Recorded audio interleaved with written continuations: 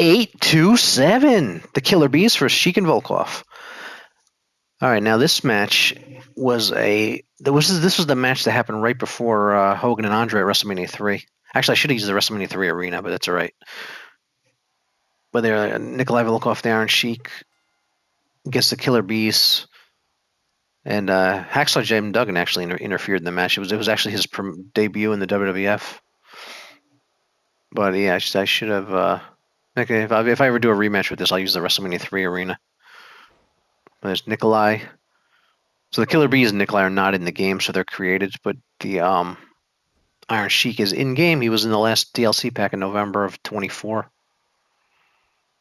This is match 827. I'll get posted later, and I'm streaming it live. So if I'm talking to my chat, you'll know what I'm talking about. If you're watching the video 10 years from now. All right, Nikolai's taking it to B. Bryan right now.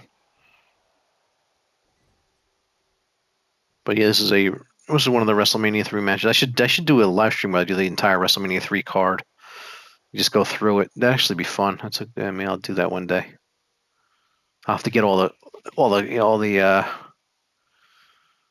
wrestlers for that entire card. But yeah, I can do because that was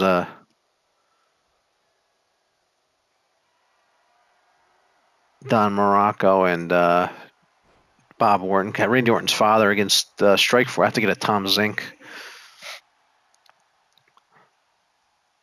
It'd be cool to go through the.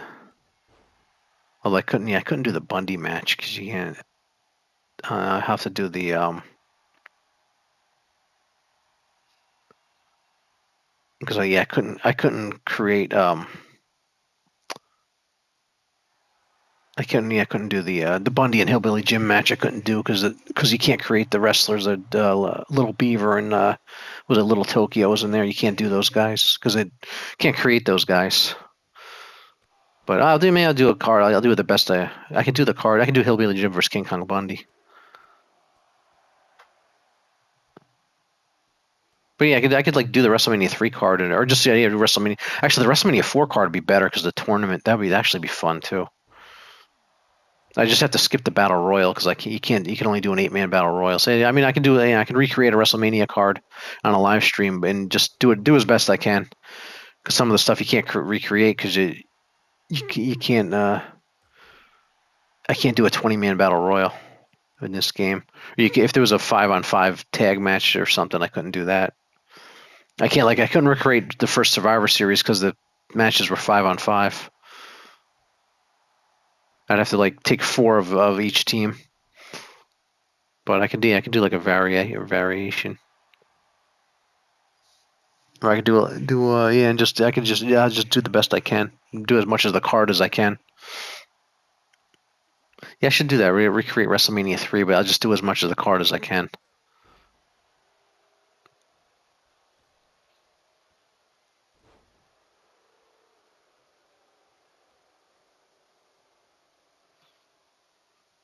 I'm trying to think who else was in that. There was I could have what was it? Jake the Snake fought was he Honky Tonk Man? I forgot who Jake the Snake fought in that. And Billy Jack Haynes and Hercules, Harley Race and Junkyard Dog. Oh, Harley Race and Junkyard Dog are in. I think they're both going to be in 2K25. Yeah, I could recreate it with I'll have to wait to do that because I won't have the in-game Junkyard Dog's not coming until November. So yeah, I was looking when I saw Junkyard Dog was in the game. I was happy to see that, but then I was disappointed to get to wait till November to get them. Because as cool as the Community Creations is, it doesn't replace whoever's actually in game because you get the theme music and all this stuff. You don't. It's just it's not the same. The Community Creations are cool, but it's just not the same if they're not actually in the game. So I wish they would concentrate on the WWF 80s roster more because that's my favorite era. Where they had if they could take 50 of those 50 wrestlers from the 1985 roster, it'd be really cool. all the tag teams, the managers. It would just be be a really cool game for those that like that era. Doing like an '80s, do like have a year, have a, like a decade theme each year. Doing the WWE2K say 27 '80s themed, and then I do a '90s theme with the Attitude Era and stuff. That'd be cool. B. Brian working on the Iron Sheik, but it was really cool to get the Iron Sheik in the game for the first time because he was in as Colonel Mustafa in an earlier one. I think it was 16, but he wasn't in his Iron Sheik, so it was cool they could get him in there, and he's back for 25. That's usually what the DLC wrestlers are usually in the next year's game. So all the DLC wrestlers you see in 25, they'll be in 26, the main roster. That's usually what they do. Like the Steiner brothers have been in since they were DLC a few years ago. So I look forward to probably having a few years of Junkyard Dog and Jesse Ventura in the game and Tito Santana. And then I think Demolition's coming in 26 because I think they signed a Legends deal too late to get him in the game. So I think we're going to see Demolition in 2K26. But that'd be cool if they feature some tag teams of that era in the 26. Get the Killer Bees in there and the Rockers and they already have half the Rockers because of Shawn Michaels, and then the British Bulldogs, get all those in there. But the creations are. I mean, look at this Killer Bees. They look like they're in game. They look so good. Whoever did these did a great job. I forgot. What was it? I gotta give credit. I think it was the name was Let's Go Buffalo. I'm assuming it was a Buffalo Bills fan made the because it's like a Buffalo Bills saying "Let's go Buffalo."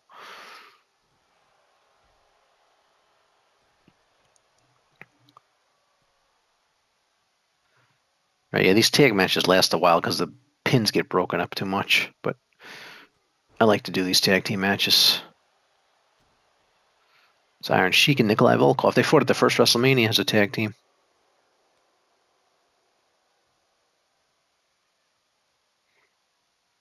They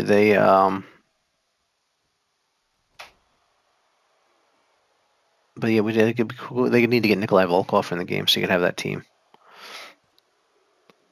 That's it. Sheik and Volkoff win. Yeah, Sheik and Volkoff. They didn't have a name. They were just Sheik and Volkoff. They was like Bundy and Stud. Didn't ever really have a name.